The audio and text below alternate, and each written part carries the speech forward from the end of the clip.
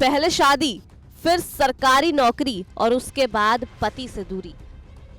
ये सुनकर आपके जहन में शादी के बाद एसडीएम बनी ज्योति मौर्य और उसके पति की कहानी घूम रही होगी। कुछ ऐसा ही मामला यूपी के कानपुर से सामने आया है। बजरंग नाम के शख्स ने अपनी पत्नी पर आरोप लगाया कि सरकारी नौकरी लगने के बाद वो उसके साथ रहने के लिए 1 करोड़ रुपए की मांग कर रही है। लेकिन अब इस कहानी में नया मोड़ आ गया है।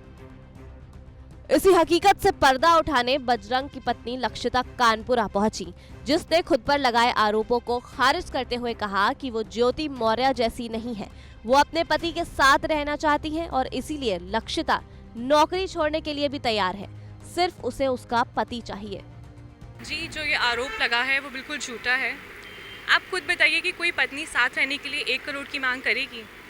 मतलब मैंने सुना है कि लोग तलाक लेते हैं फिर पैसे की डिमांड करते हैं, और ये सरासर झूठ इल्ज़ाम है। मैंने अपने पति के साथ रहने के लिए कभी किसी भी तरह के पैसे की डिमांड नहीं की है।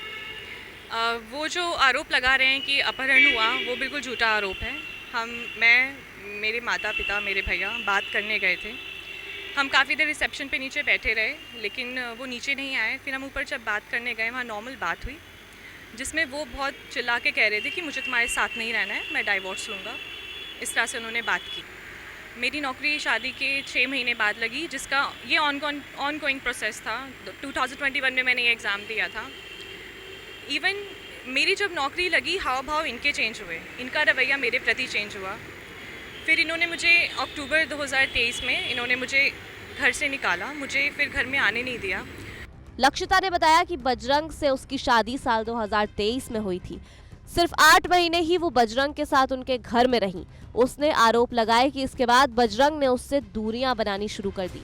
ये भी नहीं बताया कि कानपुर में उसका कोई घर है।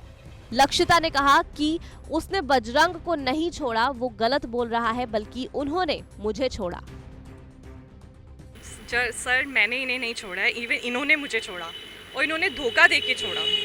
कितना पैसा इन्होंने आपकी पढ़ाई में लगाया, जैसा कि ये बोल रहे थे? सर, इन्होंने मुझे पढ़ाया ही नहीं है, तो पैसा कहाँ से लगाएंगे ये? और 17 दिसंबर को हमारी मीटिंग हुई थी, जिसमें दोनों पक्ष, इनकी, मेरे हस्बैंड की फैमिली, मेरी फैमिली, बैठ के ये डिसाइड हुआ था कि मैं इनके साथ कानपुर रहूँगी।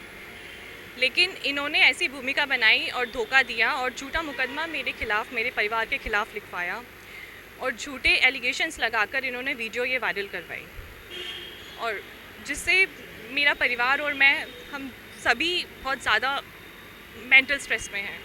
मतलब बहुत ज़्यादा ही हमें आहत हुआ है इस वजह से। मैंने कभी नहीं कहा कि मुझे आपके साथ नहीं रहना है। इवन यही मेरे हस्बैंड बोलते रहे कि मुझे नहीं रहना, और मेरे जो father in law, mother in law हैं, वो हमेशा चाहते थे कि मैं और मेरे हस्बैंड साथ ना रहें। वो हमेशा मना करते रहे, नहीं मिलोगे नहीं, उससे नहीं मिलोगे जब तक रिज़ाइन नहीं देगी, नहीं मिलोगे, साथ नहीं रहोगे। साथ रहने भी नहीं दिया सर। मैंने ही बहुत एफर्ट्स करे, और अभी भी मैं चाहती हूँ, मैं साथ रहना चाहती हूँ। दरअसल कानपुर के नौबस्ता इलाके के बजरंग भदौरिया नाम के शख्स ने आरोप लगाया था कि उसकी पत्नी लक्षिता उसके साथ रहना नहीं चाहती, क्योंकि उसकी सरकारी नौकरी लग गई है। साथ रहने के लिए वो 1 करोड़ की मांग कर रही है। पुलिस ने इस मामले में एक रिपोर्ट भी दर्ज की थी। हमारी पत्नी जो है वो हमारे साथ रहने के लिए जो है बार बार अपनी मर्जी से आएंगी, अपनी मर्जी से जाएंगी, जब उनको समय मिलेगा आएंगी। ये इस हिसाब से वो हमसे बात करती हैं। मैं पहले जो है कनाडा में था, शादी होने के बाद इनका मन था सरकारी नौकरी करने का, इनकी जॉब लगी। मैं सब कुछ छोड़ के वहाँ से इधर आया, इनका सब कुछ सपोर्ट किया, पर जैसे ही इनकी जॉब लगी वैसे ही इनके जो हाव भाव सारे बदल गए। इनके जो हाव भाव बदले हैं, और बाद में फिर जब ये यहाँ पे आके अपने माता पिता के साथ हमारे ऊपर दबाव डाल रही थी, तब इन्होंने 1 करोड़ रुपए की मांग रखी है कि आप 1 करोड़ रुपया अगर हमें देंगे तो हम आपके साथ रहेंगे, वरना जैसे हम अभी चल रहे हैं वैसे ही चलेंगे, और आपको भी ऐसे ही चलना पड़ेगा। कहते हैं ना कि हर सिक्के के 2 पहलू होते हैं।